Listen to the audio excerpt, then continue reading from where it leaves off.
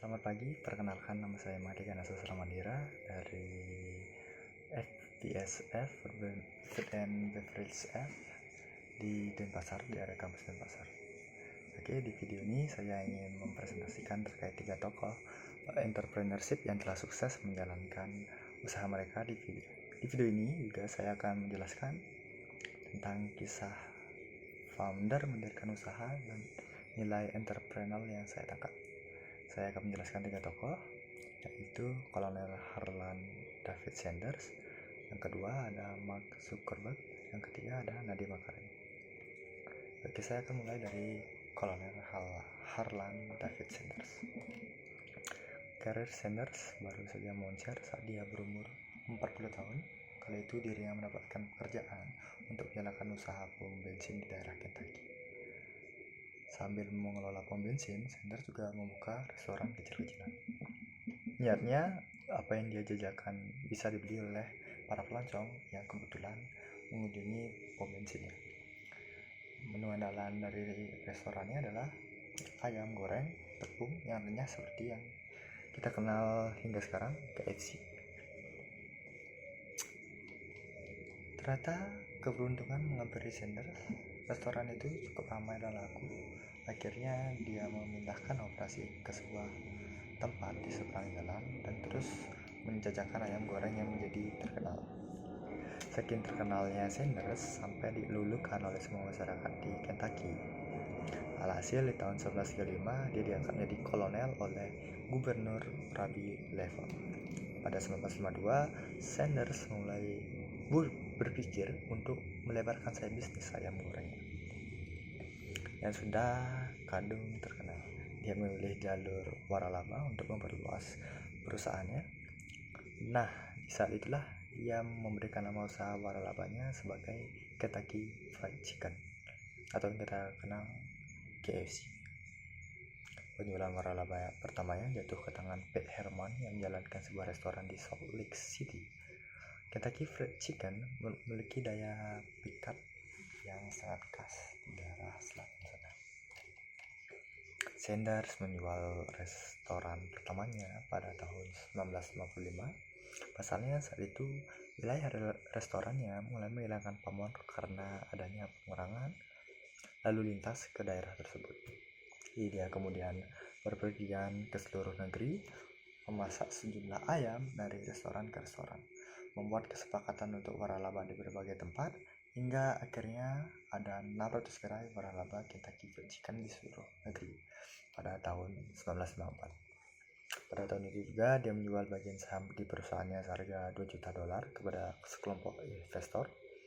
Lalu selanjutnya Kentucky Fried Chicken memutuskan untuk go public pada 1966. Namun perusahaan baru resmi terdaftar dan melantai di bursa efek New York pada 1969.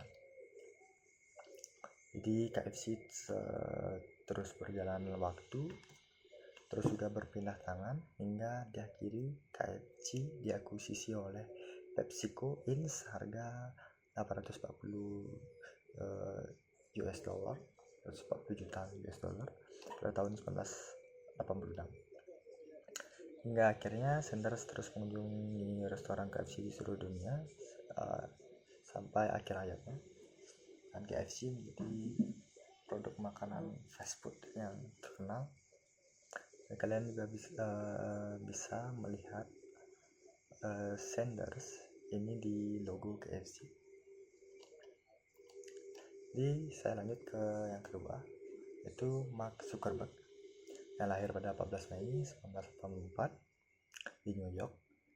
Ia menunjukkan minatnya dari kecil kepada dunia komputer dan mengembangkan berbagai program di rumah.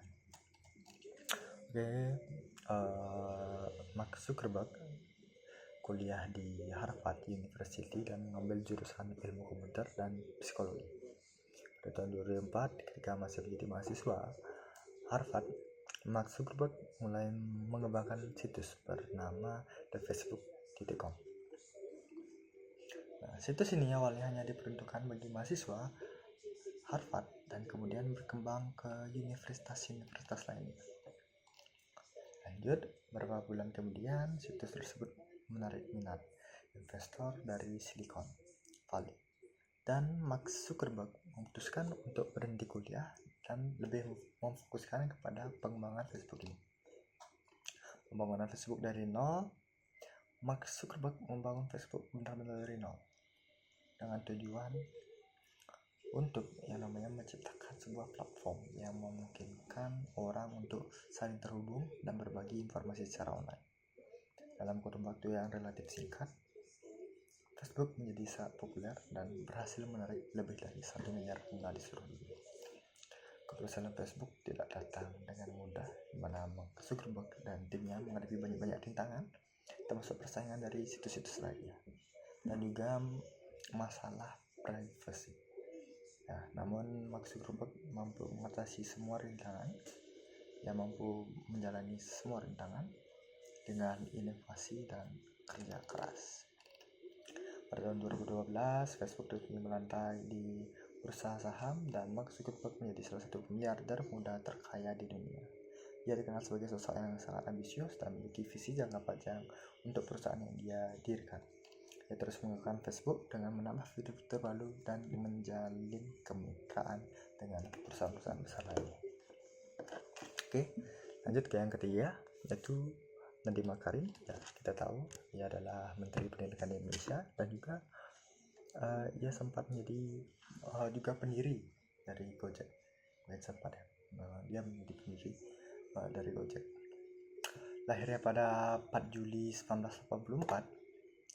Beliau sempat mengenyam pendidikan di Singapura, SMA, pendidikan sarjana di International Relations di Brown University Amerika Serikat, dan pendidikan master di Harvard Business School. Beliau pernah bekerja di sebuah perusahaan menjadi konsultan, juga menjadi managing editor, dan lain-lainnya. Nadiem Makarim adalah seorang yang cukup setia menggunakan yang namanya jasa ojek. Nadiem melihat permasalahan utama tukang ojek adalah waktu tidak produktif, seperti mangkalan menunggu penumpang. Saat di pangkalan ojek, pengemudi ojek harus bergiliran dengan pengemudi lainnya. Di sisi lain, para pengguna ojek juga merasa malas untuk berjalan mencari pangkalan ojek di kota-kota besar, dan orang lebih suka menggunakan taksi karena lebih mudah untuk dicari. Berdasarkan riset tersebut, Nadiem Makarim mendapatkan di awal untuk melakukan inovasi. Bagaimana sih caranya untuk menghubungkan pengendara ojek dengan calon pembelinya? Salah satu solusi adalah dengan menggunakan ponsel. Gojek dirintis pada tahun 2011 dengan menggunakan sistem yang masih sangat sederhana, yaitu calon penumpang menghubungi melalui telepon atau kirim SMS. Namun saat ini, Nadiem Makarim pendiri Gojek telah membuktikan prestasi yang luar biasa. Setidaknya ada lebih 10.000 sopir ojek yang tergabung dalam Gojek. Salah satu sumber peningkatan yang drastis karena adanya aplikasi yang berbasiskan Android. Dia lebih gampang. Oke, dari kisah mereka, dari kisah Mark Zuckerberg, Kolonel Harlan Sanders, dan Nadiem Makarim, saya dapat menyimpulkan, saya dapat mengambil juga bahwa kewirausahaan itu melibatkan inovasi yang begitu kuat, ketekunan dalam menghadapi tantangan, dan juga kemampuan untuk mengembangkan bisnis tersebut, serta juga tidak kalah penting itu visi jangka panjang yang menuntun kita untuk mencapai kesuksesan. Di setiap tokoh ini menunjukkan nilai-nilai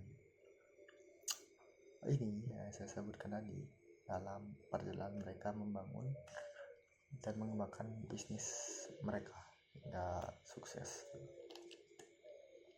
Baik, sekian dari saya, Dimadegana Sastra Mandira, dari kelas FBSF di area kampus Denpasar. Sekian, terima kasih.